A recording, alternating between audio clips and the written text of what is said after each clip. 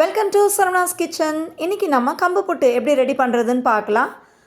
ஒரு பாத்திரத்தில் 1 கப்பு போல் தண்ணி ஊற்றிருக்கேன். இதில் தேவையான அளவு உப்பு, 2 ஸ்பூன் கிட்ட நெய் ஊற்றிருக்கேன்.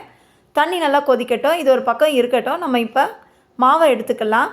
நான் பேக்கெட் மாவு தான் வாங்கியிருக்கேன். அது வந்து 1 கப்பு போல் மாவு எடுத்திருக்கேன். பாருங்கள், தண்ணி நல்லா கொதிச்சு வந்துருச்சு.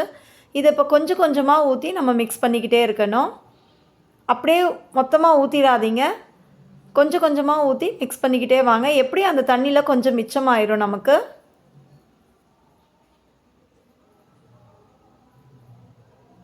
இந்த மாதிரி மிக்ஸ் பண்ணிக்கிட்டே இருக்கணும். கை பொறுக்கிற சூடு வந்ததுக்கப்புறம் நம்ம கரண்டியில் மிக்ஸ் பண்ண வேண்டாம். கையிலே மிக்ஸ் பண்ணிவிட்டு இந்த மாதிரி கொலக்கட்டை மாதிரி பிடிச்சி பாருங்கள், நிற்கணும். நம்மளாம் உடச்சி விட்டால் தான் அது உடையணும். இதுதான் கரெக்டான பக்குவம். இந்த பக்குவம் வந்ததுக்கப்புறம் நம்ம தட்டு போட்டு மூடி வச்சிடலாம். இட்லி பாத்திரத்தில் என்னோடய தட்டில் வந்து ஓட்டை இருக்கிறனால நான் ஒரு துணியை போட்டு கவர் பண்ணி வச்சுருக்கேன். அது மேலே நான் புட்டை வேக வைக்கிறதுக்கு வைக்க போகிறேன். இப்போ நான் எல்லாத்தையும் வச்சுட்டேன். இப்போ இட்லி பாத்திரம் தண்ணி நல்லா சூடு ஏறிடுச்சு. உள்ளே வச்சிடலாம். கரெக்டாக 8 நிமிஷம் போல் அது வேகட்டும். 8 நிமிஷம் கழித்து நம்ம ஸ்டவ் ஆஃப் பண்ணிடலாம். இதுக்கிடையில் நம்ம பேன் அடுப்பில் வச்சு நல்லா சூடானதுக்கப்புறம் 2-3 ஸ்பூன் கிட்ட நெய் ஊற்றிக்கோங்க. நல்ல டேஸ்ட்டாக இருக்கும். அதுக்காக தான் முந்திரி பருப்பு போட்டுட்டு செவக்க வறுக்கணும்.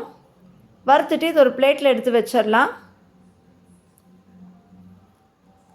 நம்மளோட புட்டு ரெடி ஆகிடுச்சான்னு பார்த்து அதை எடுத்துடலாம். இப்போ கரெக்டாக 8 நிமிஷம் ஆயிடுச்சு. புட்டு ரெடி ஆகிடுச்சு. இப்போ நம்ம அதை எடுத்து ஒரு பாத்திரத்தில் போட்டுடலாம்.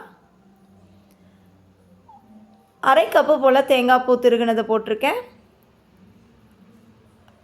1/4 கப்பு போல் நாட்டு சர்க்கரை, நம்ம ரெடி பண்ணி வச்சுருக்க அந்த நெய்யும் முந்திரி பருப்பும் உள்ளே சேர்த்துடலாம்.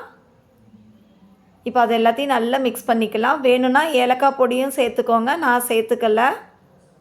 அவ்வளோதான், நம்மளோட கம்பு புட்டு சூப்பராக ரெடி ஆகிடுச்சு. இந்த ரெசிபி உங்களுக்கு பிடிச்சிருந்தா லைக் பண்ணுங்கள், ஷேர் பண்ணுங்கள், கமெண்ட் பண்ணுங்கள், சப்ஸ்கிரைப் பண்ணுங்கள். மறக்காமல் பக்கத்தில் இருக்க பெல் ஐக்கானை ப்ரெஸ் பண்ணுங்கள். தேங்க்ஸ் ஃபார் வாட்சிங்.